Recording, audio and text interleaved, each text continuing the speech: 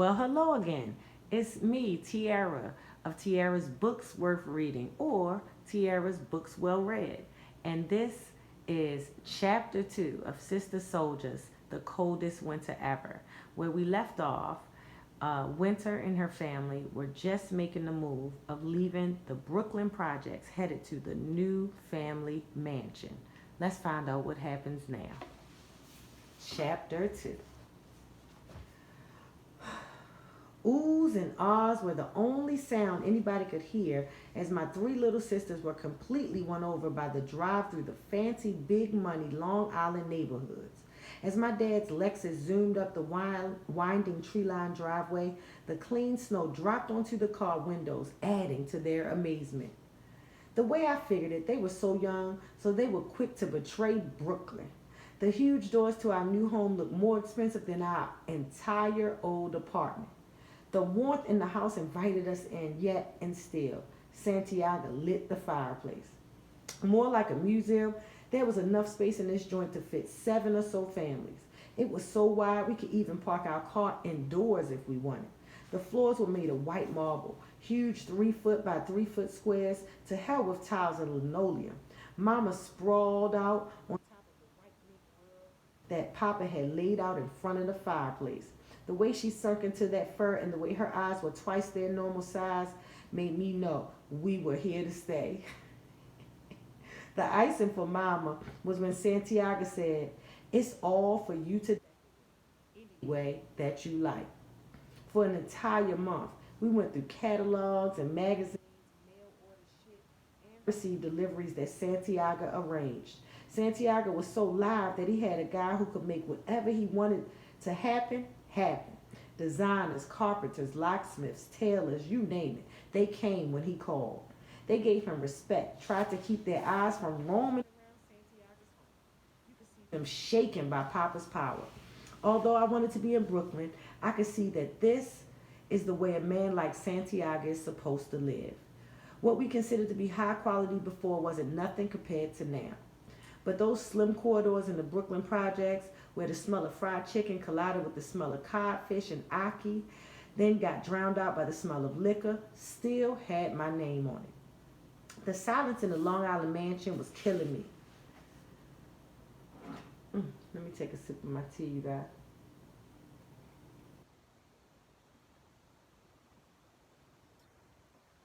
Thank you. Hope you're enjoying this book. So, the silence in the Long Island mansion was killing me. You couldn't just open the window, yell downstairs, and find out what's jumping off later that night. The reality was that for the most part, in this area where we live, nothing jumped off, period. The whole idea of next door neighbors was dead. Forget borrowing a cup of sugar, a few cigarettes, or whatever. You'd have to walk what seemed like a mile just to get to the next house.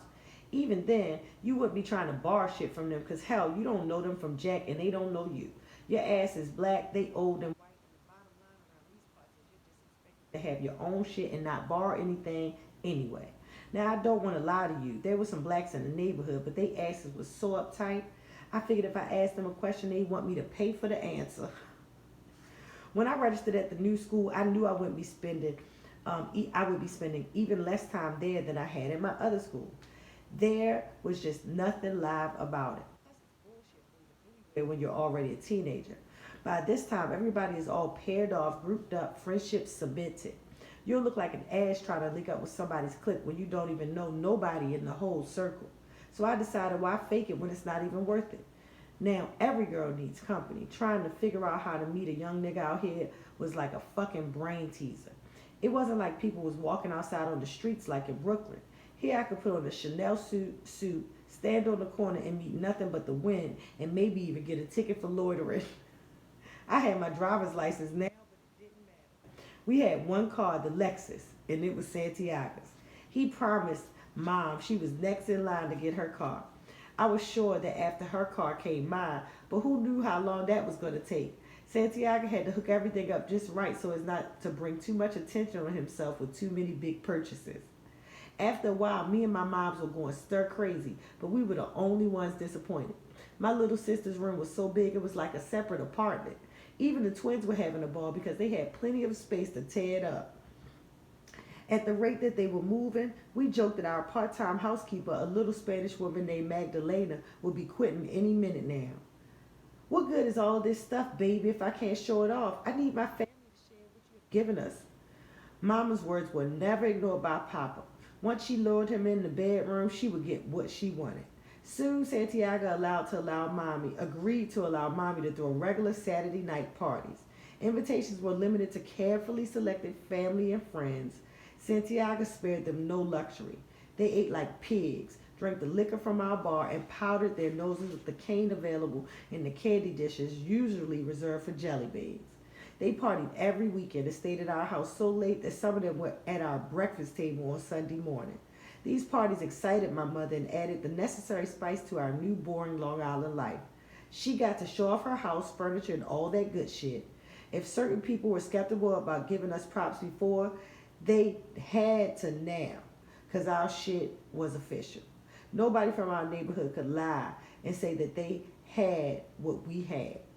From the way their eyes popped open when they first came to the house, we could tell they had never been in nobody's house that compared to ours.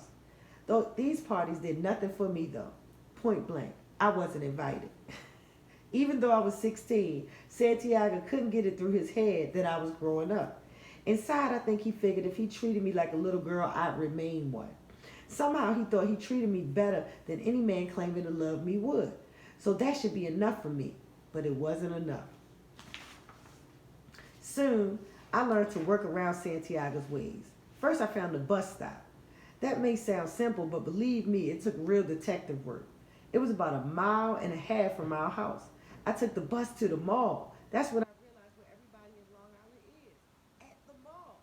I cased the place just to see what stores they had up there. They passed my quality test. Coach store, yes. Versace, yes. And of course, Ralph Lauren and Joan and David shoes. My heart rushed as I shopped. I spotted a few cuties, but not exactly my type of men. They had the blank sort of look on their face. Not aggressive enough the way I liked them. Trust me though, they didn't have to look no particular way to eat my pussy. And right about now, that's exactly how I wanted to relieve my tension. So I sipped the chocolate malt, bought myself a designer t-shirt, hooked it up the way I wanted, and smiled quietly to myself.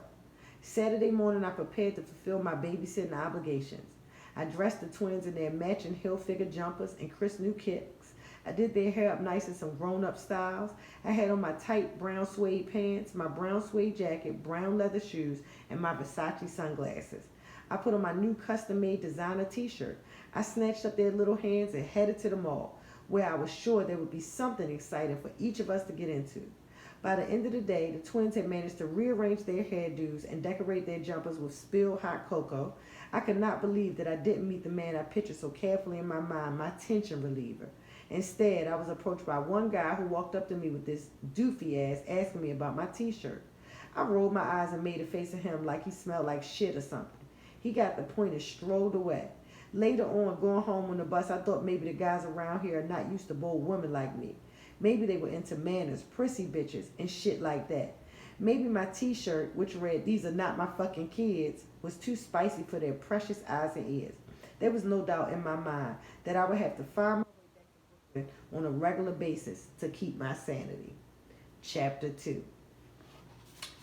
Well, you guys, things are changing quickly in Winter's life, as you can see. Chapter 3. "Daddy," I said softly, trying to lean on my innocent baby doll look, "I want to get my hair done at Erlene's next Friday." Sensing some type of plot, Santiago asked, "Why would you go all the way to Brooklyn to get your hair done? Can't you go somewhere around here?" "Come on, Daddy," I pleaded. "They don't know how to hook my do-up out here. Erlene be having my hair looking correct." "There's plenty of black hairdressers out here. Go to Wyandanch. That's a 45-minute ride. It just doesn't make sense for my baby to be riding a bunch of trains and buses just to get to Brooklyn." "Bus, train, trust me, Daddy, I wasn't talking about riding either. I'm straight up getting on you for a ride when you drive in on Friday," I said, laughing and begging at the same time. "Winter, you know I don't mix business and pleasure. I do my run solo. I don't want you to deal with that or know more than what you need to know. It's not smart. And I've never been a stupid man. Just lay low for a while. Your mother will have her car in a couple of weeks. Then you and her can go ripping around and take care of all that girly shit. Anyway, he said with his cool face and a half smile, there ain't a female in the state who looks better than Winter, even without Earlene's help. Even in my disappointed moment, a compliment felt good and worked, as it did every time. I accepted Santiago's rationale and went back to my room to reshuffle my deck and think of another angle to get me into Brooklyn. Days later, I called Sterling, my old sugar daddy, out of the blue. After racking my brain for a plan to get into Brooklyn, I realized he was the only sucker I knew who would get such a kick out of seeing me that he would drive all the way out here to get me. The price of the whole arrangement was like I'd have to tolerate, act like I gave a damn about him when I didn't. I'd have to think of quick answers to all his wimpy bitching questions about where I had been, why I cut out on him like I did, why I never called him, blah, blah, blah, blah, blah. Then I'd have to find a clever way to ditch him because I definitely wasn't spending my Friday night with him. I'd have to be firm so he wouldn't start that damn whining. I'd also have to be sweet so if I had to use him again as my taxi driver from time to time, he would cooperate. The worst thing that might happen is I might have to end up giving him some pussy just to keep him in line or a quick blowjob while he was driving. I wasn't sweating it though. I'd done it with him before and I could easily do it again, especially to get the hell out of Long Island. Soon as Santiago's Lex ripped out of the driveway Friday afternoon, I saw Sterling pull up in his little Le car with the broken fender. I swallowed hard and got ready to pretend it was a lemon. When I told my mom I was going to Earlene's, she wanted to come too. I explained that she should not come because I was spending the night at Aunt Laurie's and would not be able to get her a ride back after she finished at Earlene's. She screwed up her face as though she had a problem with me spending the night at her own sister's home. I quickly added that I would be back first thing Saturday morning to watch the kids. She let go of her anger and I jetted. Adrenaline was pumping inside Earlene's. I was like a junkie getting a fix as I got filled in on the what haps around the web. The girls dropped the regular shit on me like who was bumping who, who's pregnant, who's paid, who's not, and why. Who's locked down, how long, and who's due to come home. Now, Natalie was giving me the elbow, her discreet way of telling me to look toward the door without looking like I was looking toward the door. There go Tasia, she said out of the corner of her mouth. Yeah, and I asked, waiting to get the 411 on her. She's fucking with your man. Midnight. The information hit me right in my chest. She was talking about my future husband.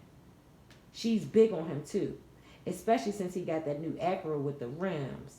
My heart dropped for a full 3 full seconds. It took 1 second for me to check Tasia out. My eyes zoomed in on her ears. Cheap 10-karat gold earrings. Then her clothes. She was chilling a little bit, strictly hip-hop style. She had big taste me titties, a small flat belly, and a round ass. She was brown skinned with chinky eyes, regular bitch, I thought to myself. The rack that she pulled those clothes off of had 1,000 pairs of the same shit, which means that at any party, 4 or 5 girls would have it on. There was nothing unique about her or even the way she hooked up her gear. It wouldn't be hard for me to move her right on out. But damn, it was the Long Island distance that was killing me. A second later, my mind focused on what I really wanted to hear. Midnight had a new Acura, the one I would be riding in, the one he needed to have sport a bitch like me. The one he needed to have to sport a bitch like me. There we go.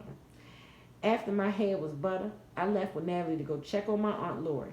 I needed to at least show my face in her apartment and hang out for an hour or so. I knew my moms would call to check on me.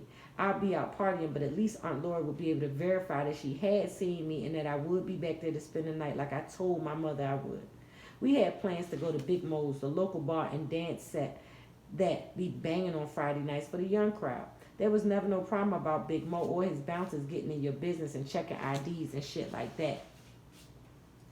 I can't begin to tell you how my heart was racing just from being in the Brooklyn air again. Cars were positioned bumper to bumper for all 3 blocks surrounding Mo's Club. Car and Jeep speakers were up, each one playing their own jam. Sound systems were fighting to outblast each other. A little bit of hip-hop collided with a little bit of reggae rockers and even slow jams.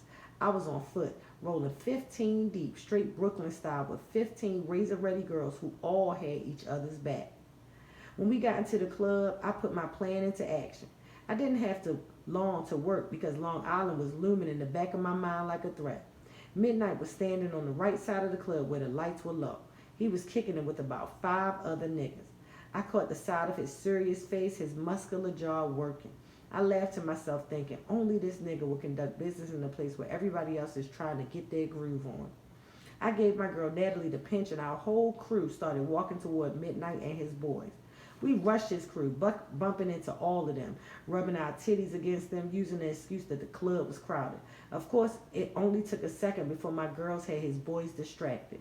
I stepped up, licking my lips real slowly and said, rough and sexy like, "What's up, Midnight? Haven't seen you in a while." I said this line with sensual power. I said it like he and I had been intimate in the past and I missed him and needed to get back with him as soon as possible. I was standing so close to him that one more inch and I could have slid my tongue down his throat. He looked at me with unaffected, completely unmoved, and non-emotional. My emotions were wilding. My nipples were up and the muscles in my pussy were beating like a heart. "What do you want?" he finally said. Now I was pissed. I knew my perfume had to be working. I dabbed it on extra so when I got up close my scent would suck him in. Hell, I had on 18-karat gold earrings and 1-carat diamond studs, much more than the $2 10-carat hoe I heard he had been kicking it with. I didn't want to go off. The bottom line was I wanted him, so I had to play it cool, make sure I pull him in just right. I said sweetly, "What do I want?" I touched his hand with mine, looked him dead in the eye, and said, "Oh, I want it all." He pulled his hand back like I had a disease and slowly and coldly spit back at me. "Well, that makes you like all these bitches in here now, doesn't it?" Rage ripped through my chest as it became clear that I wasn't even a consideration of his. Hell, he acted like I wasn't even a woman. My mind automatically flipped to Santiago, who I knew would have ripped out Midnight's tongue for even talking to me like that. Then, like a gypsy, Midnight reading my thoughts said, "What, gonna tell Daddy? I'm my own man." He turned and walked away. I felt so played I didn't even want to turn around towards my girls. I'd have to tell my whole crew that I just got dished like I was a piece of shit. I just tightened up, put on my Brooklyn tube, grabbed the next nigga standing close to me and started to dance. I was going to move with fury, let Midnight know what he was missing. I handed my coach bag to my girl and started shaking my ass all the way to Alabama, using this dumb fuck dancing in front of me like a prop as I tried to catch Midnight's attention again. My body was shaking and sweating as anger and desire to fought it out. Yes, desire, because I was definitely turned on. The lightness situation made it hard for me to catch Midnight's eyes. At that point, that my body wanted to collapse from exhaustion. At the point that my body wanted to collapse from exhaustion, I saw Midnight looking in my direction and heading my way, smiling to myself. I thought, I know I'm a bad bitch. I knew he would come back. As he got closer, I realized he was signaling to his man who was standing behind me. He snatched him up and they left the club. Later that night, our crew was walking back to the PJs. I was feeling down but looking unaffected. We were joking, bugging, talking about people when a spanking new jet black beaming Acura with rims pulled up alongside us. We all stopped to look at what I calculated was a $50,000 car with $4,500 in rims.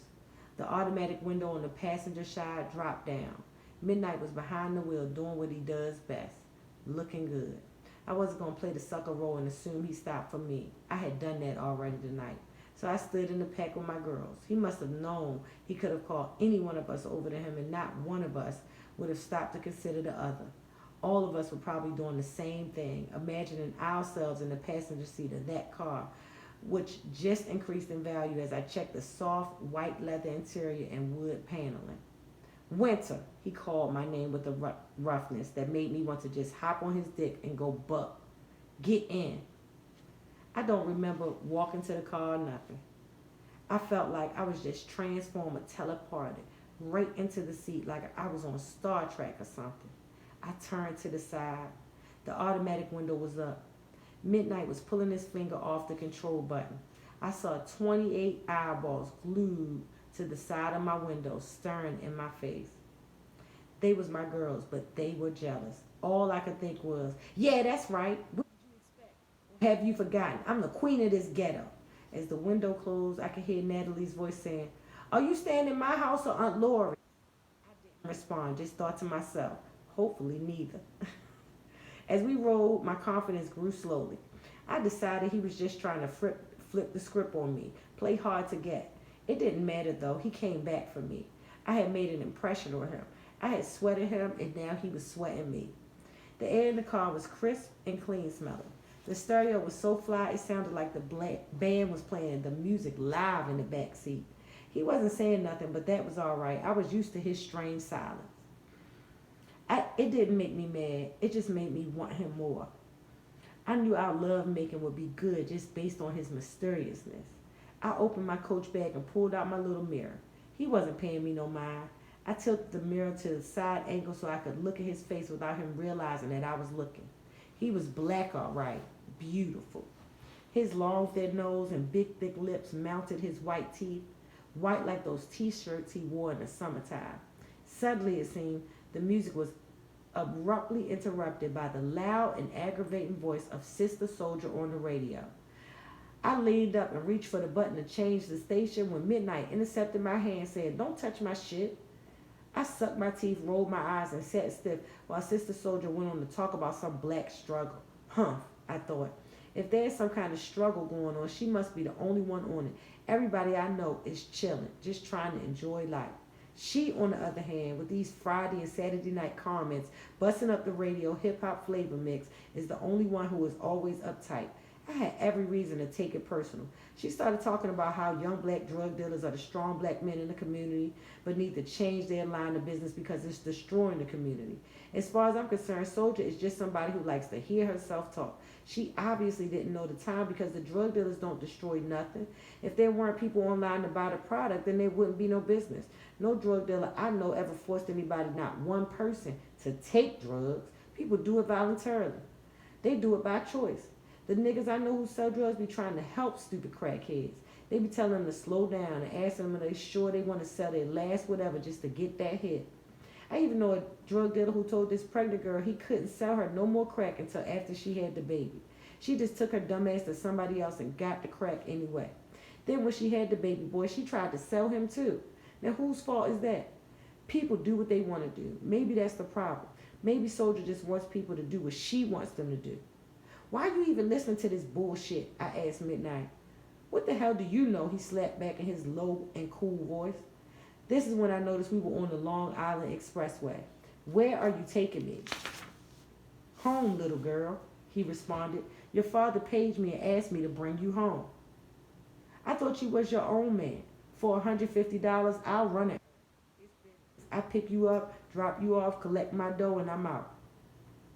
The $150 transaction was non-incidental as a messenger service dropping off a package. After handing Midnight the money and closing the door, my father walked silently through the living room and into his den. The room was dark. He sat down, leaned back in his chair. The moonlight through the blinds lit up half of his serious face. Winter, he said softly. Yes, Daddy. What made you think you could spend the night in Brooklyn? I asked Mommy. I wanted to see my friends. Natalie and me was supposed to... I guess you're not understanding. Not understanding what? I asked, checking my tone to ensure that I was not sounding disrespectful, something Santiago does not tolerate. Who you are, who I am, who we are. He said each word with precision. He was starting to sound like some type of philosopher or something to me. The whole thing wasn't making any type of sense. You're my daughter. You just can't wander off and go anywhere unprotected. Anywhere, I said, upset. I went home. I went to Brooklyn. I went to the only place I know, where my peoples is at, where everybody knows me. Those are my streets, Daddy. Do you think those streets love you? Those streets don't love you. They don't even know you. You could walk those streets 1,000 nights and 1,000 days and they wouldn't even know your name. The street don't love nobody. It was crazy. His words were making me feel uneasy, and I couldn't connect. I didn't like the feeling. I was used to feeling relaxed and in control. So what are you saying, Daddy? Are you saying that I can't go home anymore? No, he said quickly. I'm not saying that. Because, Daddy, I'm not hiding from anybody or scared of anything. You taught me that. It's not about hiding. It's about being smart. I taught you that too. What makes you special, Winter? He asked like it was some $50,000 Jeopardy question or some shit like that. I ran the question through my head and drew a blank. What makes you so special is me, Santiago, your father, your protection. You had full run of our project when I lived there because I was holding things down, making everything all right. My eyes saw everything, so everything was cool. Now this is home. This is where I rest my head. If I'm here and you are over there, I can't see you. If I can't see you, I can't protect you. When you're unprotected, you're wide open. Anything could happen.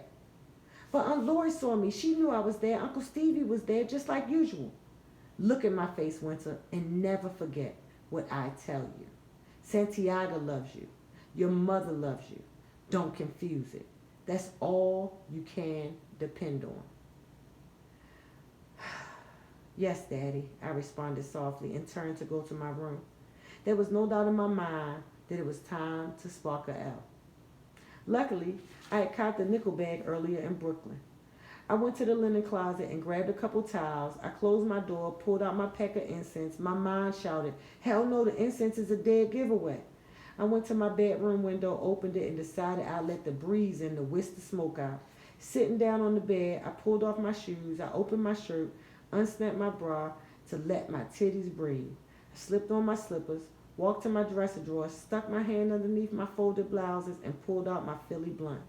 I cracked it open, took the tobacco out, flushed it down the toilet. I put the weed in, wrapped it, licked it, and stuck it under my nose as a teaser to my appetite. Yes, I needed to relieve my tension. I'm backed up sexually, stuck in the suburbs, and my dream lover is among me. Just as I was about to position the towel to jam up in the open space in the door, my mom's knocked and without hesitation pushed open the door gently. I got up, threw the towel on the bed to cover up the blunt I had laying there. Hey, Mommy, I said, trying to act casual. I checked her face. You could always tell when Santiago was upset because it showed on my mother's face. Your father really went off when I told him you were spending the night in Brooklyn. Yeah, we talked, I said, hoping to avoid 2 speeches in one night. I tried to get him to loosen up, but you know how that goes, she admitted. Oh, that's a fly design you got, I said, checking her freshly sculpted, painted, and immaculate nails. Where'd you get that done? A little shop about 15 minutes away. Santiago took me. What else did you get? Don't be holding out on me. I know you got something else. Oh, just a little dress for me to rock tonight at my party, she said. Yeah, I replied disinterested. I know. That's how I'm starting to feel about the parties too. I just need to get my whip so I can get in, out, and around. When do you think you'll get it? If I have my way, and I'll get it next week. She smiled confidently. Yeah, but the way Santiago is talking, even after you get it, we ain't allowed in Brooklyn. Now you know that's crazy. He's just overprotective, and sometimes he overdoes it. But girl, we can sneak, she said, smiling. Her mahogany skin was glowing in my dim light. Mommy was pretty, all right. A definite advantage to having babies at a young age. You get to chill with your moms like she's your sister or something. Fuck all those old stiff bastards complaining about teenage pregnancy, this and that. Me and my moms could party together. Nobody would ever know that she was my mom. I got some shit in my closet that looks better on her than it does on me. I know some niggas from around my way in Brooklyn who'd rather fuck her than me. Now, they never admit it. It would be suicidal. Santiago would. Oh yeah, just the thought of my daddy snapped me back into reality. Sneak to Brooklyn, I laughed. Santiago runs Brooklyn. There's no sneaking in and out of his territory. Hell, he beat midnight at a club and had him bring me home, embarrassed the shit out of me. How did he know I was there? Well, you know Big Mo got to answer to Santiago. Mom said, being vague. Speaking of midnight, I'll bet you like riding in his car.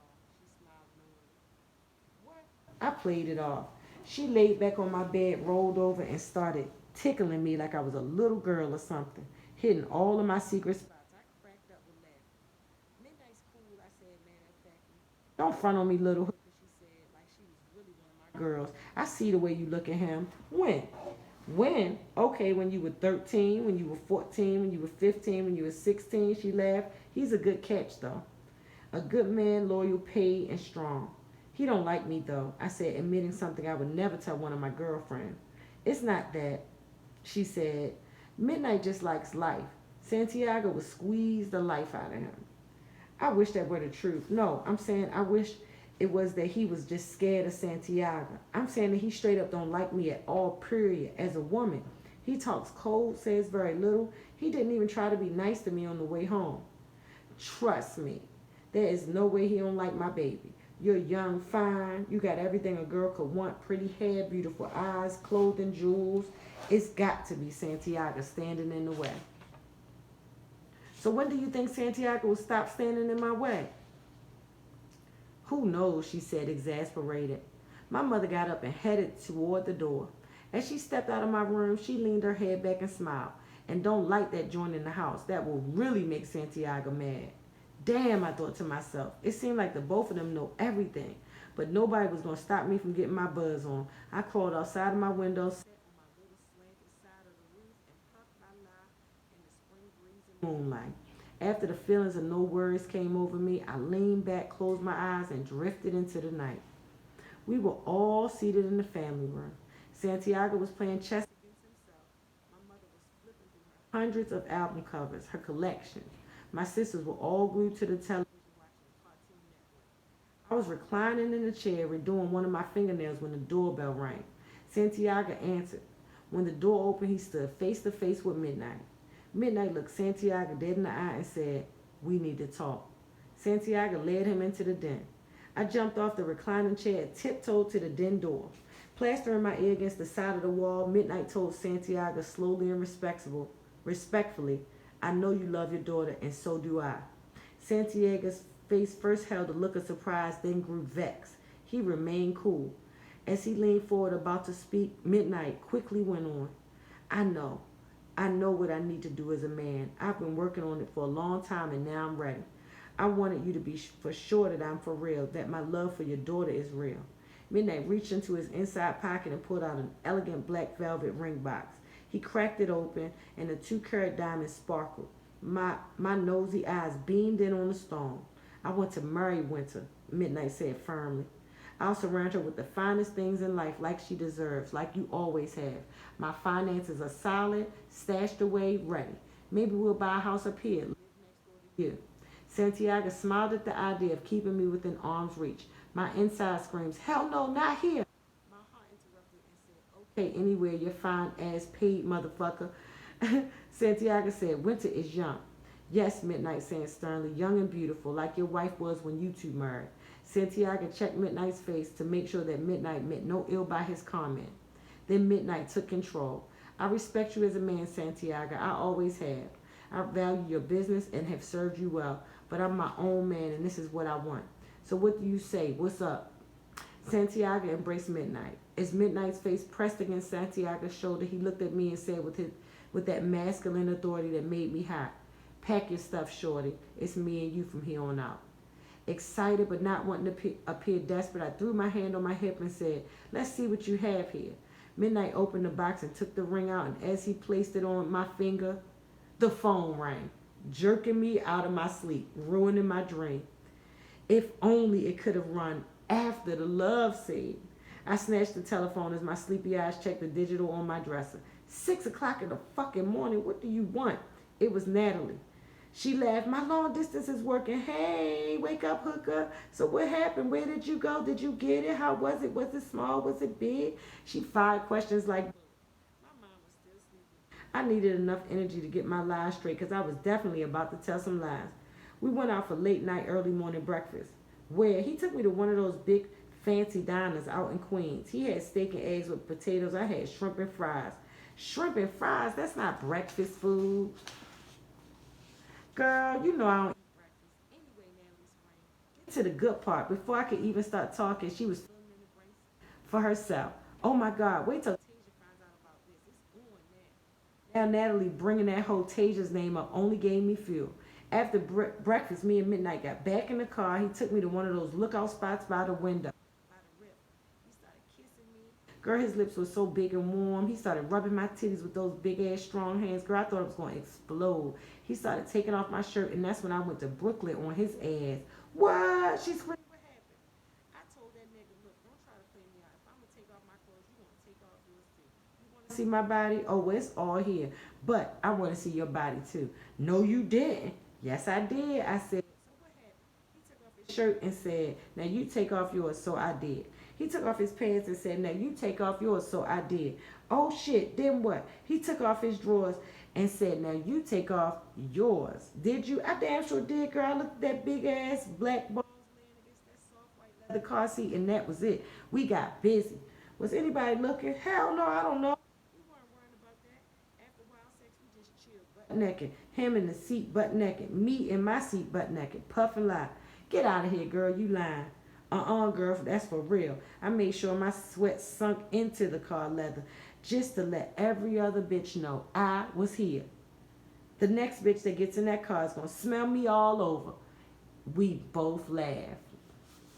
And that was the end of chapter 3, you guys. That is the second section of Sister Soldiers, the coldest winter ever. And I am Tiara with Tiara's Books Worth Reading, or Tiara's Books Well Read. I look forward to hearing from you soon. Please drop me some likes in the comments, any kind of comments you like to read. As you know, this is totally unscripted. This is just me reading some of my favorite books. It's not meant to be absolutely perfect. No one is, but I do hope you're enjoying it so far. I will check you guys the next time in our next 30-minute segment, and we'll be starting with chapter 4. Thank you so much. Like, subscribe, and share.